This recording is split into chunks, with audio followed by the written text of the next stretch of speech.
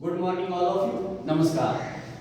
आज हम कक्षा 12 के पाठ संख्या 12 में जो पर्यावरण के बारे में दे रखा है उसके बारे में अध्ययन करेंगे। पर्यावरण, जिसको अंग्रेजी में एनवायरनमेंट कहा जाता है, उस एनवायरनमेंट के बारे में अध्ययन दिया गया है आपके इस बुक में पाठ संख्या 12 में। तो पर्यावरण का शाब्दिक अर्थ क्या होता है? परि, संधि विच्छेद पढ़ा है आपने, परि प्लस आवरण।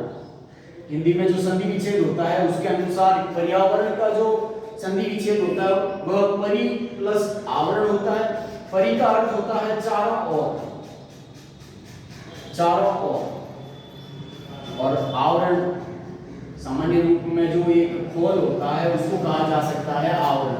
तो पृथ्वी के चारों ओर का जो आवरण है, ये जो संपूर्ण पृथ्वी है, इस संपूर्ण पृथ्वी के चारों ओर का जो आवरण है उसको पर्यावरण के अंतर्गत रखा गया है। अब इसमें जैविक और अजैविक घटक होते हैं, जैविक व अजैविक, जैविक व अजैविक घटक होते हैं जिनके मध्य अंतर संबंध होता है। तो पर्यावरण की परिभाषा क्या हो गई?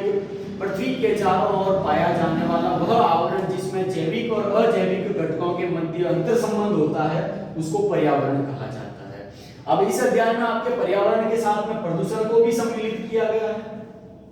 पर्यावरण को जो हानि पहुंच रही है वर्तमान समय में 21वीं शताब्दी जो आधुनिक काल है, उस आधुनिक काल में बहुत मात्रा में प्रदूषण फैल रहा है। उस प्रदूषण के फैलने के कारण पर्यावरण को बहुत हानि हो रही है।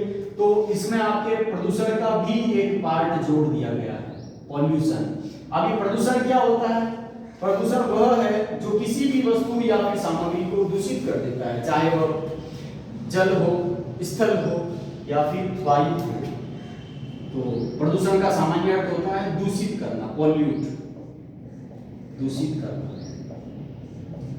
और प्रदूषक होते हैं दो भाग, प्रदूषण और प्रदूषक, ये दो पार्ट होते हैं। प्रदूषण का अर्थ हो गया दूषित करना, और प्रदूषक होते हैं जिनसे दूषित होते हैं, जिनसे दूषित होता है, चाहे वह स्थल हो, चाहे वह जल हो, चाहे वह वायु हो। अब ये जो तीनों भाग हैं, इनको दूषित करने के लिए कौन कौन से कारक उत्तरदायी है, उन कारकों को कम कैसे किया जा सकता है, उन सब का अध्ययन आपके इस अध्याय में किया गया है। प्रदूषण का अर्थ है दूषित करना, पॉल्यूट, और पॉल्यूटेंट्स क्या होते हैं? जिनसे दूषित हो जाता है, चाहे वह जल हो, चाहे स्थल हो, चाहे वायु हो। तो इस प्रकार से प्रदूषण का अध्ययन आपके इस अध्याय में दिया गया है। अब आता है हरित गृह प्रभाव।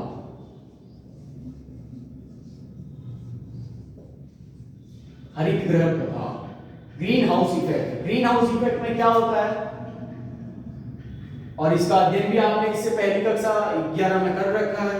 हरित गृह प्रभाव का सामान्य अर्थ होता है कांच के घर।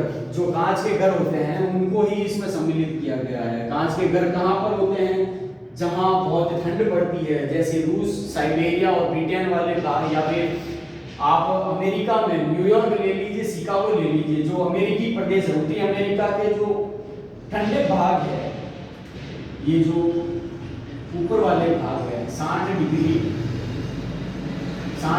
उत्तरी अक्षांश से लेकर 90 डिग्री उत्तरी अक्षांश के पास में ये जो पार्ट है, इस पार्ट में आपके जो बिल्डिंग बने हुए होते हैं वह बिल्डिंग कांच के बने हुए होते हैं। क्यों? क्योंकि कांच का जो बिल्डिंग होगा उसमें आपके बिल्डिंग में अधिकतर कांच का उपयोग किया जाता है। जैसे बिल्डिंग ये है तो सूर्य की जो किरणें आएगी वह किरणें आपके सीधे प्रवेश तो कर जाएगी लेकिन वापस बाहर नहीं निकल पाएगी। इसके कारण यहाँ पर टेम्परेचर में वृद्धि हो जाएगी, जो टेम्परेचर होगा वह टेम्परेचर बढ़ जाएगा। तो इसी को कहा जाता है हरित गृह प्रभाव। और इसका प्रभाव आप यहाँ पर देखते हैं, इसी के आधार पर पर्यावरण के ऊपर भी यह प्रभाव डालता है। पर्यावरण के ऊपर यह किस प्रकार प्रभाव डालता है? आप एक सामान्य सा उदाहरण ले लीजिए, जैसे कोई धूप में कार खड़ी है, कोई कार है वह धूप में खड़ी है। अगर आप उस कार में थोड़ी देर प्रवेश नहीं करते हैं और थोड़ी देर बाद में जब आप जाके उसका गेट खोलते हैं तो उस गेट में से आपको बहुत सारी भाप बाहर निकलती हुई या फिर आप बहुत सारी गर्मी महसूस करेंगे। ऐसा क्यों होता है? क्योंकि कांच है वह सूर्य की किरणों को अंदर तो आने दे रहा है, लेकिन वहां से सूर्य की किरणें जो गर्मी ला रही है वह गर्मी उस कांच को पार करके वापस बाहर नहीं जा पा रही है। उसी प्रकार धरातल है, यह पृथ्वी है। पृथ्वी का जो धरातल है, अर्थ सरफेस, यह धरातल जो अर्थ सरफेस है, यहाँ पर सूर्य की किरणें आ तो रही है, ये सूर्य की किरणें यहाँ पर पहुंच रही है, लेकिन यहाँ से जो परावर्तित प्रकाश है सूर्य की किरणों को यह अवशोषित करता है। धरातल है, यह अवशोषित करता है सूर्य की किरणों को। जो सूर्य की किरणों को अवशोषित करता है और यहाँ से वापस जो परावर्तित होता है प्रकाश या फिर सूर्य की किरणें यहाँ अवशोषित होने के बाद जो हीट है, उस हीट को पृथ्वी वापस जो फैलाता है, उस फैले गई हीट को वायुमंडल बाहर नहीं जाने देता, यहीं पर वह विचरण करती रहती है, जिसके कारण जो एटमॉस्फेयर है वायुमंडल, उस वायुमंडल के तापमान में, जो तापमान है वायुमंडल का, उसमें आपके वृद्धि हो रही है।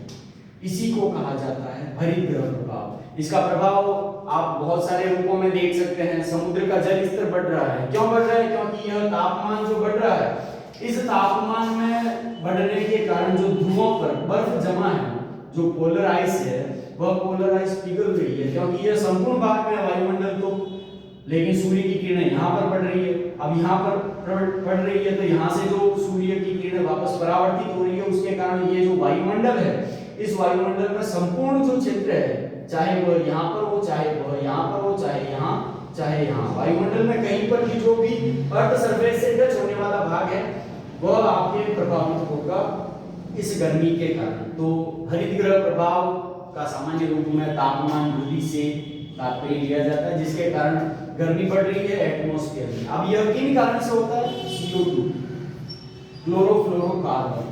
वायुमंडल में अधिक मात्रा में क्लोरोफ्लोरोकार्बन फैलने से तापमान में वृद्धि होती है, क्योंकि तापमान को कंजप्शन करने की शक्ति कार्बन डाइऑक्साइड में अधिक है। और CFC गैसेस, CFCs, ये जो गैसेस होते हैं क्लोरोफ्लोरोकार्बन्स, अब इनमें मीथेन आता है, या फिर जो एयर कंडीशनर है, आप एयर कंडीशनर उपयोग में लेते हैं, आप सबको पता है, तो एयर कंडीशनर के रूप में चाहे वह रेफ्रिजरेटर हो, उन सब में जो गैस उपयोग में ली जाती है, उनसे निकलने वाली जो गैस है CFCs, उनके कारण तापमान में वृद्धि होती जा रही है।